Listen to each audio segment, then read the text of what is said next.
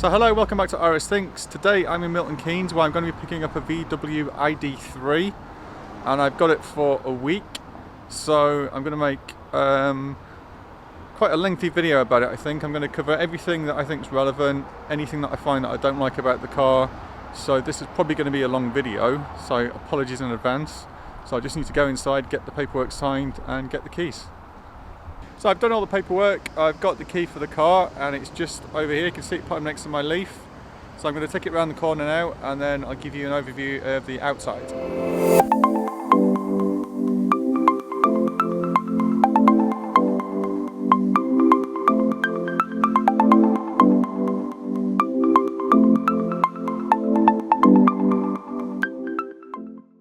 So this is the first edition ID.3. You can tell because it says first down here and there's some other badges inside the car that also say that too.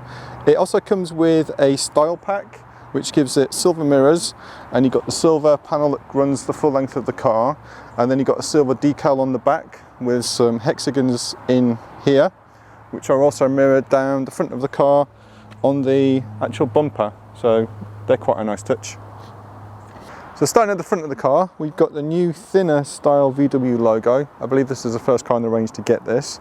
We've also got the light bar at the front as well, which sits between the matrix headlights, which are also pretty cool for this model. They actually move as well. They move and swivel, and they've got like a matrix effect in there as well, so they can kind of block off light to certain parts of the road. Imagine you've got an oncoming car coming, bright lights, it will kind of dim this light a little bit in a certain area, and then once that car's passed it will kind of increase the light again. So staying at the front as well, the bonnet is really short. I think the Leaf would probably come to bat here, but this is quite short. Now having the short bonnet means that there's acres of cabin space inside, which is really cool. Just have a quick look under, see what's inside. So very tightly packaged. There's not much in here at all really. You've literally only got the water bottle filler, coolant, brake fluids, and that's it really. Batteries over this side, not really much in there, is there? So I'm going to compare the dimensions of the car against the Leaf. So it's shorter than the Leaf, it's wider, and it's taller than the Leaf. The wheelbase on the car is virtually the same. I think there's 7mm difference in it. It's just a totally different packaged car. You've got the short bonnet on the front, and then you've got the short overhangs on the back too. Wheel at all four corners obviously, which means really good handling. So the wheels on this first edition are 19-inch. They're Bridgestone Turanza Ecos, and the size is 215/50 R19. They're black with diamond cut accents in there, and the diamond cut is actually lacquered, which is quite cool. You can also see the rear drum brake in here as well. VW fitted drums on here. Because of the regen nature of EVs, you don't really need discs on the front and the back, so they've only fitted discs on the front in this model with the drums on the back. The rear is black no matter what colour you get, which I think is quite cool. It sort of follows the Leaf a bit. Nissan Leaf is like that, I don't know if anybody's noticed. But again, you've got the thinner VW badge, you've got the ID.3 logo at the bottom, which looks really cool. The badge actually flips out, because that's where the reversing camera is, so it's quite a nice neat boot. So look inside the boot. So the boot is 385 litres, which is smaller than the Leaf and I believe smaller than the E2008 as well. There are cars that I've obviously driven recently. So let's look closer in the boot. You have a flat boot floor, it lifts up to reveal flat underneath as well, no space for a spare wheel. You've got a storage area just at the back here with a first aid kit, and you've got some tools for the car and a high-vis vest. And then to the right of here you have 12-volt power sockets. You've got a couple of little things here to hang shopping bags on. You've got a light on this side, and you've got a ski flap here. You've also got some little grey hook things, so you can hook things onto there as well. Now, the storage compartment underneath, I believe you're supposed to be able to get the cable, the charge cable in there, but I've tried and it just will not go in there. I think it's because the wire is quite thick, it isn't flexible, so good idea, but you can't really put it in there, so it's probably just going to be relegated to sliding around in the boot. So yeah, the boot's pretty usable, I would say. So if you see one of my videos before and I'm doing a test of a car, I always see if I could sit behind myself. Driver's seat is set to my position. So let's get in the back and see if I can fit. Yeah, this is pretty comfy actually. Yeah, like there's probably a good maybe 2 inches of knee room between the knees and the back of the seat. In the back of the seat you've got 2 storage compartments, so you could easily slot a mobile phone in there, which is quite cool. We've got a centre armrest with drinks holders and obviously the ski flap here as well. Down in the centre we've got 2 USB-C connectors for charging, and up in the roof line there are 2 very bright LED courtesy lights, which are quite cool, and they're actually touch sensitive too. So if you turn them on and off, they dim quite nicely. So that's a really nice touch, that. I've got about maybe 1.5 to 2 inches of headroom between top of my head and the ceiling, which is also good. And the seat does feel really comfortable. It's actually hugging. The side supports are quite good here as well, and obviously the headrest is fully adjustable too. So yeah, I could easily sit back here on a long journey and feel quite comfortable. So as I said before in the video when we're looking at the front, the short bonnet really maximizes the space inside the car. So it's a very good packaging job from VW. So that was just a little overview of the outside of the car and some of the features. We're going to go for a drive now where I give you my thoughts and views on the experience of having the car for a few days and some of the things that I've picked up that I don't like about the car and some things that I do like about the car. So let's go.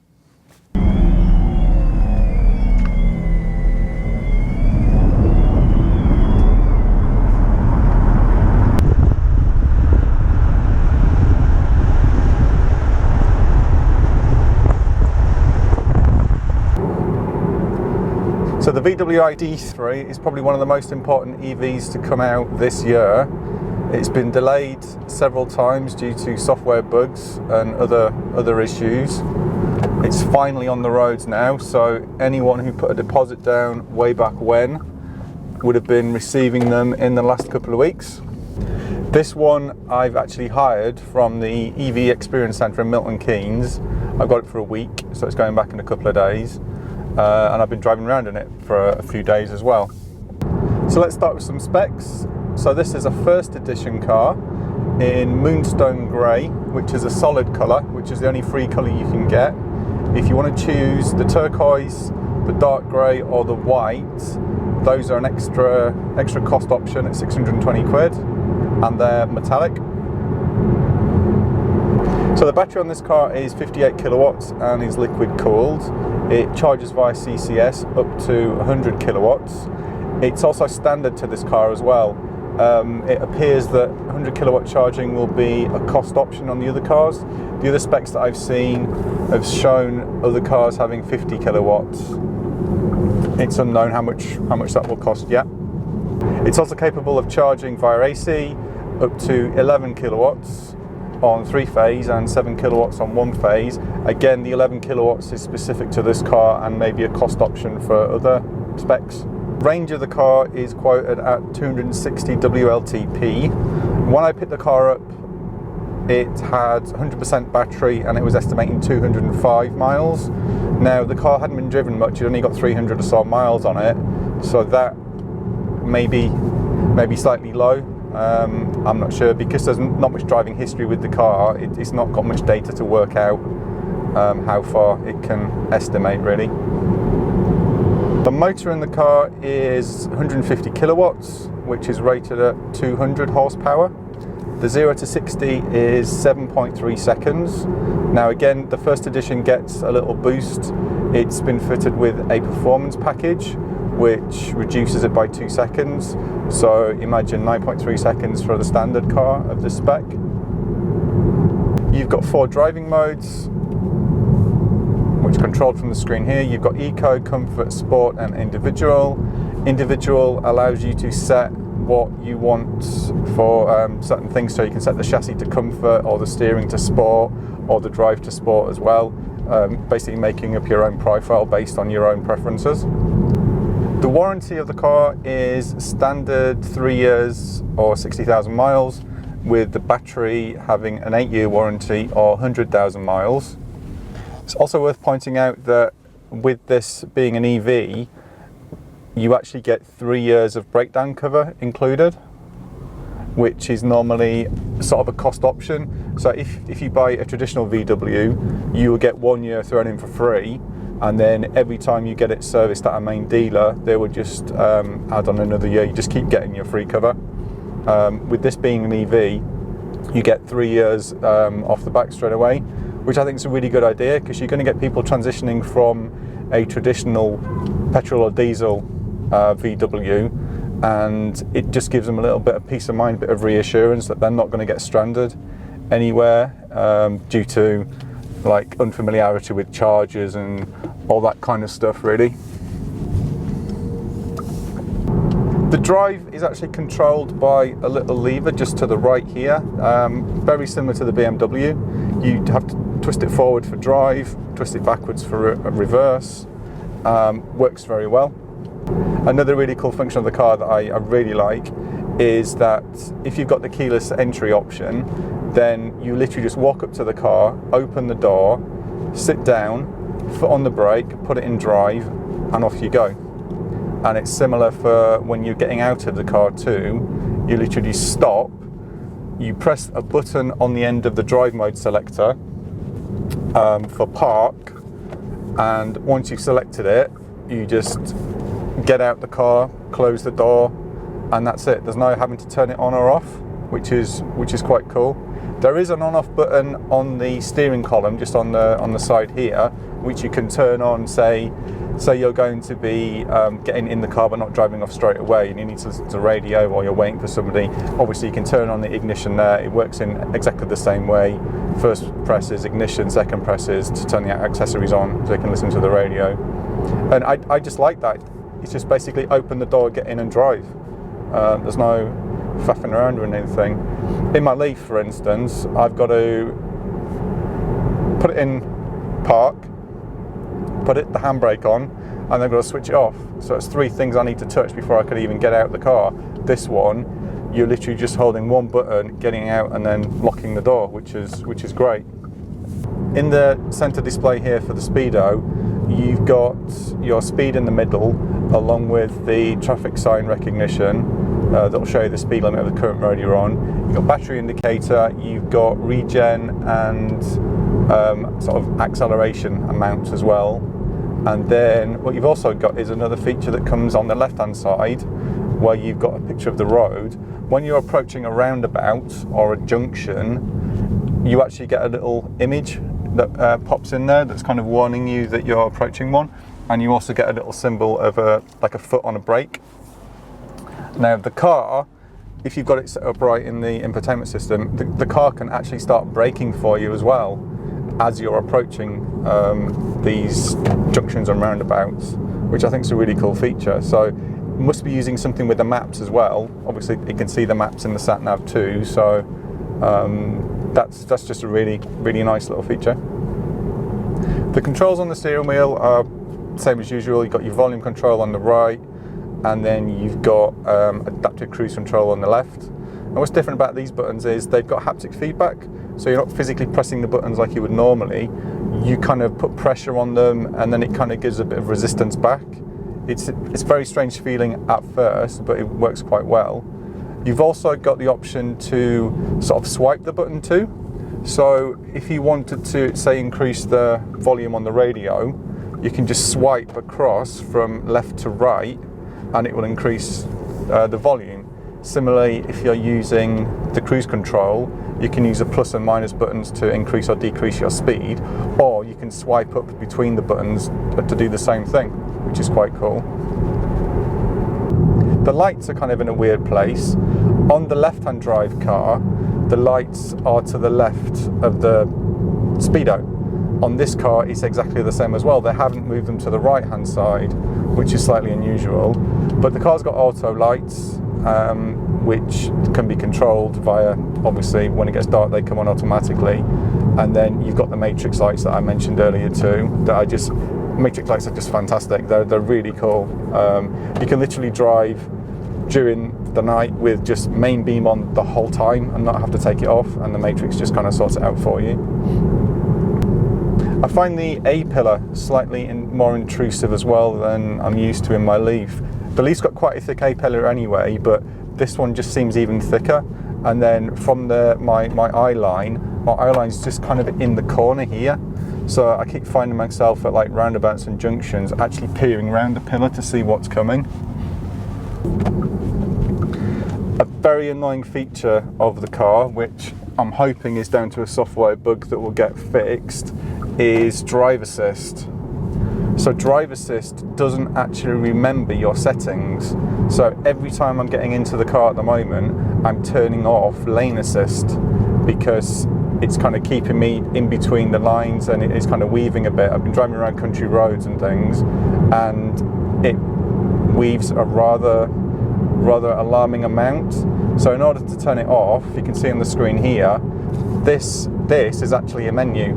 So whatever you press on will give you the assistance options for that particular thing. So for instance, we've got the road sign here. If you press on this, you can turn off the roadside camera and speed limiting functions and things like that. So in order to turn off the lane assist, you can see there's a graphic of the road there. All you need to do is you need to press the road graphic, which gives you the menu, and then you can turn off the lane assist there. Now that's a major annoyance for me because I have to turn it off every time. I hate lane assist. I've got it in my Skoda and I can turn it off and it stays off. So I don't know why this is doing it, whether this is how the car is actually set up or whether it is just a software bug. I'm not too sure, but it's just a major annoyance for me at the moment. The seats are also really comfortable. They only adjust for height, but because you've got a rake and reach steering wheel as well, it's very easy to find a comfortable position. They're sculpted, so they've got really nice side bolsters, which really kind of pin you in, which is good because the car just handles phenomenally. It's just really well sorted. Suspension's nice and soft. It's great at absorbing bumps, and it handles like a little sports car. With the 0 to 60 time as well, it's just great. I'm really loving it. So another little niggle with the car as well is the window switches on the driver's door. There are only 2 switches. In order to do the rear, you need to push another button to make the 2 switches work on the back, which I think is a bit of an oversight. Yeah, it keeps it a bit more minimal in the door, but it's just something you're introducing another button when before you've only ever had one. So I'm not really keen on that. The white interior, it's grown on me. When I first got in the car, I thought I don't like this because I'm more like a black sort of person. But the more I've been driving it, the more it's grown on me. There is a lack of panoramic roof, which will be an option on the other cars. But the light interior does obviously lighten the whole cabin, which is quite nice. Another cool quirk of the car are the pedals. So the accelerator is labelled like a play button, and the brake is labelled like a pause button, which is quite a nice little touch. It sort of appeals to, say, the PlayStation generation, doesn't it? That is also a feature that's just on the first edition. Also on the dash, you've got a full-length LED light bar that's just under the windscreen. VW call it the ID light, and it's there to give notifications to the driver. So when you're using the sat-nav, it will sort of blink and light up in a certain sequence to indicate that you need to turn left or right. And also when you're charging, it acts as like a capacity bar. So it's solid up until the capacity of the battery, and then it blinks when you're charging. Had varying degrees of success with the bar when using the sat-nav. Sometimes it would show the direction, sometimes it wouldn't. Now I'm putting that down to the software glitch, and hopefully that will be fixed sometime in the future.